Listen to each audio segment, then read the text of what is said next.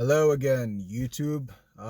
So I'm back again with another topic that has been bugging my mind. So I'm getting it off my chest, which is the importance of telling your story, and more importantly, telling a truthful one, like speaking your truth.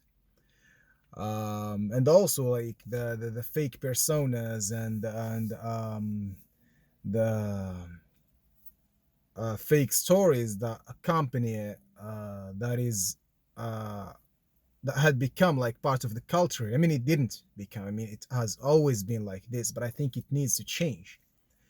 Because it's not. It's doing the society a disservice. You know, it's not. It's not good. I think it's part of. It's one of the challenges that we need to overcome. It's one of the social problems that we need to solve.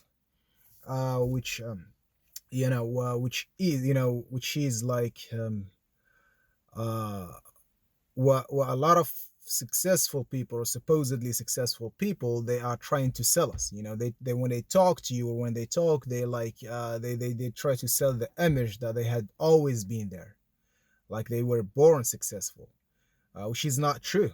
It is not true. And uh, to make it to simplify the topic, I would have to give an example. Like a long time ago, we had this meeting where each and everyone would have to share his story on how did he learn the language. It was about French and English, um, and each and everyone was telling his or her story, and then it was the turn of this guy, which I know, and I taught him English. I mean, supposedly halfway. So when he was talking about his story, you know what he was saying. He's a high school dropout, and what he was saying is when um I've always loved and liked English, and I was good at English. I was good in English since middle school. And you know, people here start studying English in middle school. You know, it's where you get introduced to this new language. And I'm like, what, nigga? What you saying? What are you talking about? I mean, I didn't tell him that. I don't like to embarrass people in public that way. But you know, when he was talking about his stories, is like, I go to school only to study English. I have had high marks in English and stuff, and know what. And so, what you get the idea in mind is that this guy had been always this way. She's a lie, and I know it's a lie because I taught this guy English. I mean, I went even off my way and searched how to motivate someone to learn English, and search YouTube channels, things like that, content um, that I would share with this person so that he would get more motivated and get and learn the language. I went even farther to even uh, tell the person, if you're not willing to learn English, you gotta stop hanging out with me. I mean, and that's it. And that wasn't like long before the meeting, like probably 2 years since the meeting. And the moment he was able to express himself fluently in English, what he does is he probably, I don't know if he forgot or automatically thinks it's a bad story to tell the truth, and wants to market this, to market the story or the image that he's always been there, and he thinks he's doing him a service. It's not. You get it? And what should have been is the story is what should have been is like, I've grew up in a bad neighborhood. I've been in a I have been in a very bad situation. I have had a very dark past. I dropped out of high school. I was hanging out with people that are not doing good to themselves nor to the community. And then there was this time where I decided I need to change. I started changing my social circle, and then I've met people who are supposedly for me interesting, and then they helped me get out of that entourage into a new uh type of reality in which I wanted to learn English. I wanted to be different. I started thinking about going abroad, about actually seeing the outside world, being able to communicate with them. In fact, what that was my dream was like when I'm sitting back home, and that's what he told me back then, is that when I see the news and they speak in English, I would be able to translate what they're saying to my family, and therefore they would say, "Oh, he knows something." And so that's what it was. And then he I worked hard for it, and um people laughed at me, like my old circle, my old friends. They would go walking with an English book to the coffee shop. They sit down and they read the book, and people would think I lost my mind because uh, that dumb person, that high school dropout, that um, I don't know, that you know, um, that guy, he thinks he's studying English, and here I am. I'm talking to you. I'm communicating with you. I talk to people. I talk to native speakers. I do it. I speak English. And that if he told this story, it would be more relatable. It's real, it's truthful, and it is relatable. And there were people who don't speak English down there. And when they listen to your story, they can relate to it. They see they can make a connection between where they are and where they may actually be able to get, like from A to B.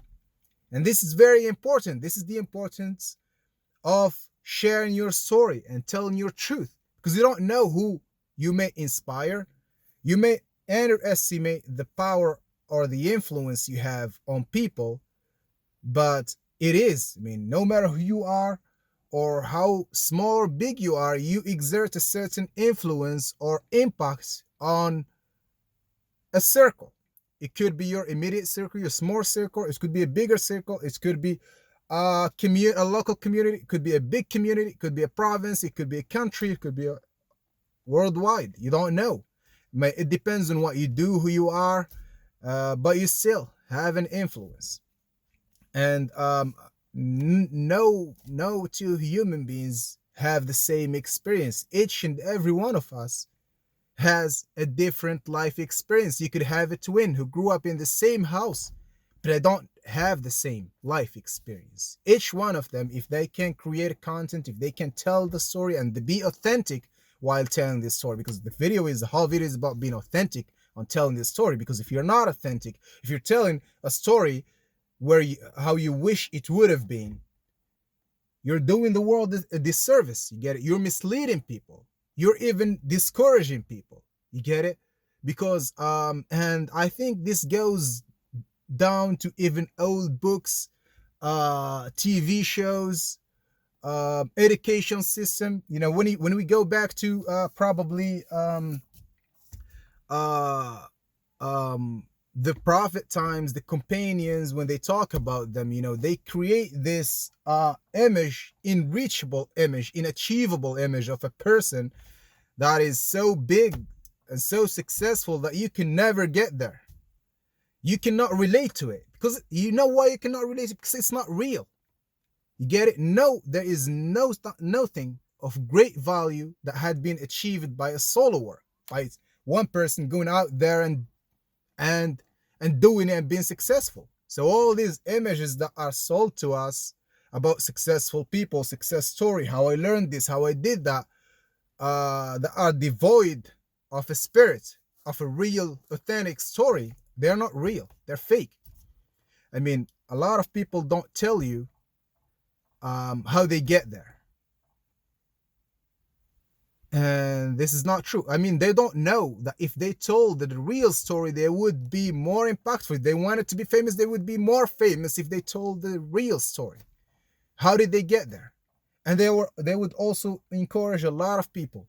Like, unfortunately, me growing up in my community, I did not find, I have had big dreams. I wanted to achieve things. I was the, what we call it, the dreamer type of person who had a big imagination. I watched a lot of cartoon. I like science fiction movies and stuff. And then the problem is you cannot picture in your mind how to get there from point A to be.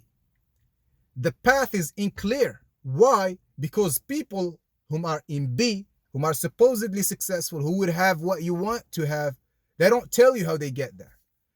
They tell you things that are unreal, that when you cannot relate to, you cannot reflect on, and therefore you think you would never get there. And I think this needs to change. People need to tell more realistic stories that that youngsters or people coming up can relate to, and in a good way. In a good way. And also there is another important element to it, is that you have to acknowledge and recognize people who help you get to where you are. Again, I said nothing of great value had ever been achieved by a solo work, by one person doing it. I mean, even the Prophet, peace be upon him, he did not establish the Islamic empire by angels and stuff. That doesn't happen. This is not real. It is by the sacrifice, the belief, the loyalty, the work that had been put by a large community of companions. They all collaborated into getting it where it is. And therefore, I think people need to tell authentic stories, like that you were at some point somewhere in your life, you were not strong, you were weak, you cried overnight, you were overpowered by some people, you were probably bullied, you were not that much always strong. If you're in a strength position, you have to let people know that there were times when you were weak, there were times when you felt worthless, and there were times where you thought like giving up, and you didn't, because that's what would empower people to do the same. And that would, by extension, better your life and our lives, because if we have more people pursuing their dreams and trying to do good and boldly try to promote positive, impactful change in the community, we would all benefit of it. And therefore, I think we need more examples, and we need to cut the bullshit. We stop with these stories of the great we. Like our politicians would get on this podium and be like, start telling you about how great they are and how, I don't know, like, and they be like putting that fake mask of a serious person, like they are constipated. I think they need to stop with that.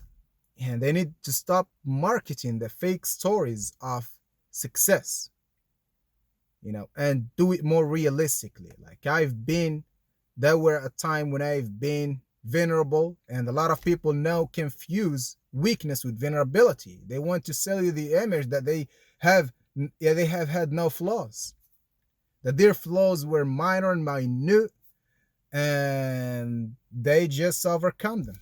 Like Dragon Ball Z, that he just, the power of the will, and then suddenly he's Super Saiyan. You get it? I think they need to stop with that, and there is no problem with being vulnerable. There's vulnerability and weakness are not the same thing.